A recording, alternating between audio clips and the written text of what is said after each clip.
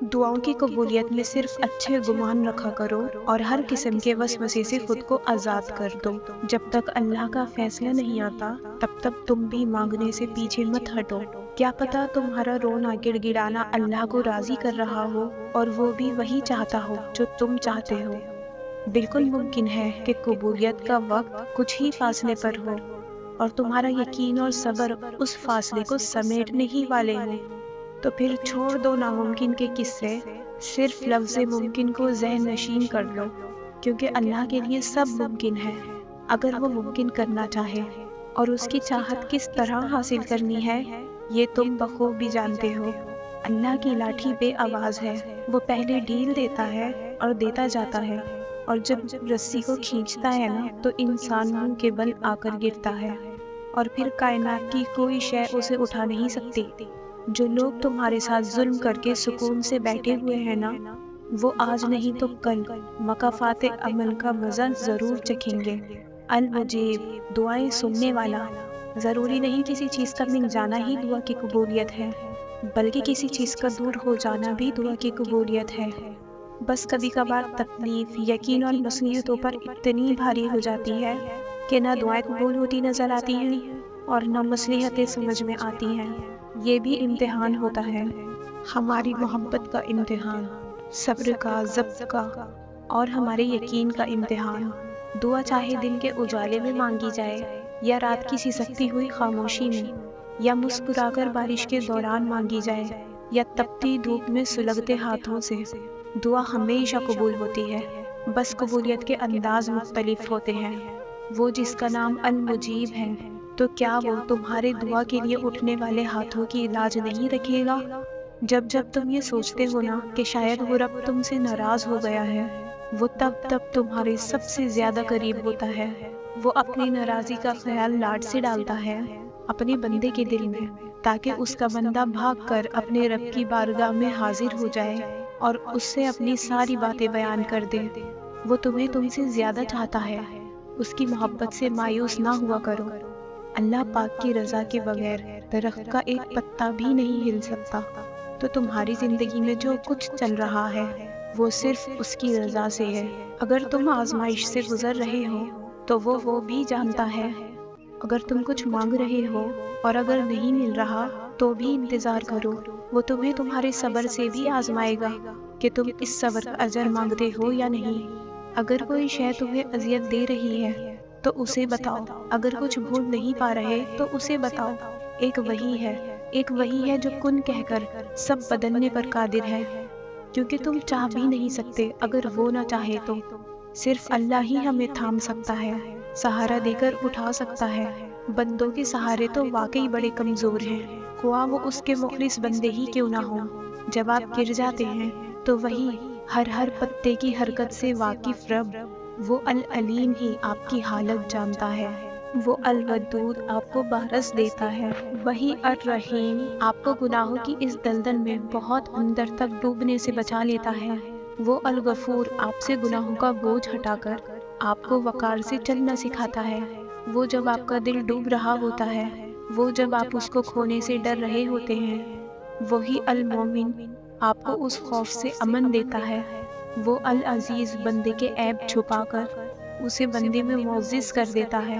وہ الملک ہے، بادشاہوں کا بادشاہ، اور اتنا نرم دل، اتنی محبت کرنے والا، اتنا خیال رکھنے والا، اپنے حقیر گناہ گار بندے کے بھی اتنے قریب۔ کیا اس جیسا کوئی اور بھی ہے کوئی اس کا ہم نام، اس کا ہم مثل، اس کا ہم صفات؟ کیا اس کے سوا ہمیں کسی اور سے بھی کچھ مل سکتا ہے؟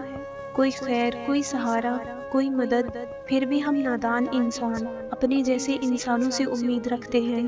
بات یہ ہے کہ ہم نے اس کی قدر ہی نہیں پہچانی۔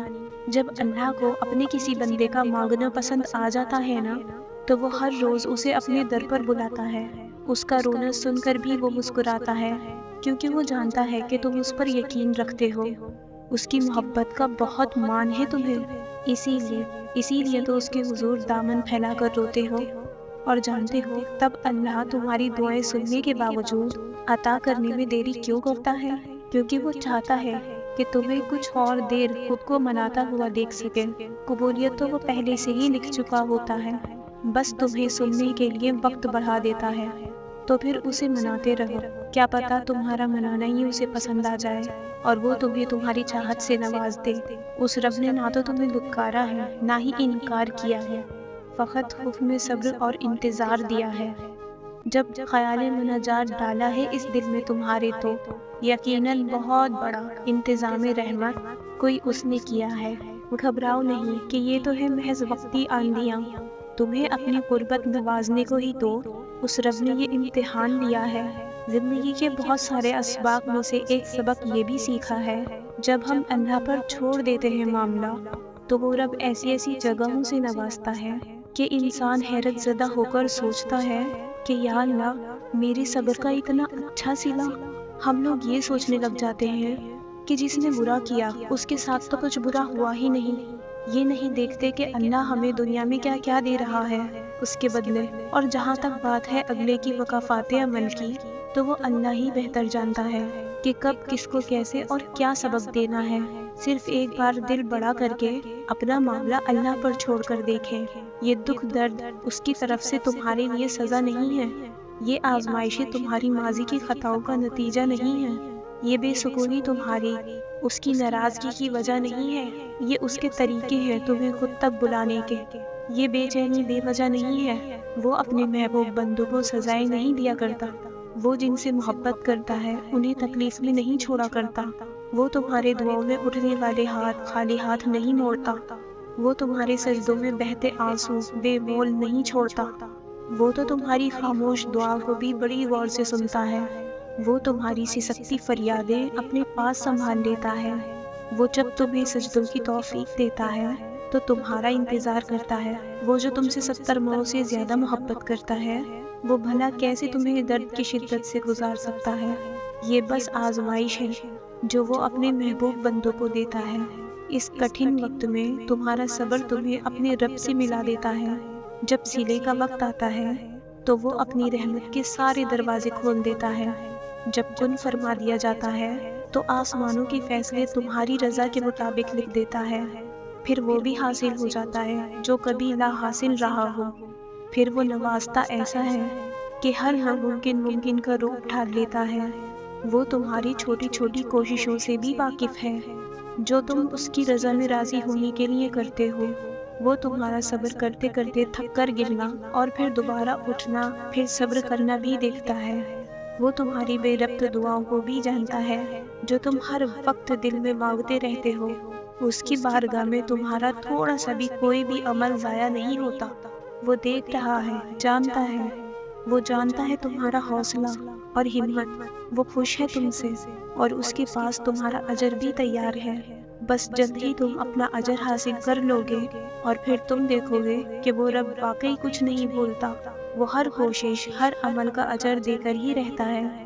زندگی تکلیفوں کا نام ہے، یہاں خوشیاں آتی ہیں اور چلی جاتی ہیں، اگر کچھ چھوڑ کر جاتی ہیں تو اداسی، یقیناً تم بھی پریشان ہو، اداس ہو یا تکلیف میں گھرے ہوئے ہو، لیکن پتہ ہے ایک بات جو پتھر پر لکیر ہے جسے لکھ کر تمہیں اللہ نے تھما دیا ہے، جسے کوئی مٹا نہیں سکتا، جو بات کبھی بدلی نہیں جا سکتی، وہ یہ ہے کہ آنے والا وقت ہمیشہ تمہارے لیے پہلے سے بہتر ہوگا، پھر چاہے کچھ ہو جائے تمہیں اللہ پر یقین رکھنا ہے، تمہاری منزل بہت خوبصورت ہونے والی ہے اور یقیناً بعد کا وقت تمہارے لیے پہلے سے بہتر ہوگا انشاءاللہ۔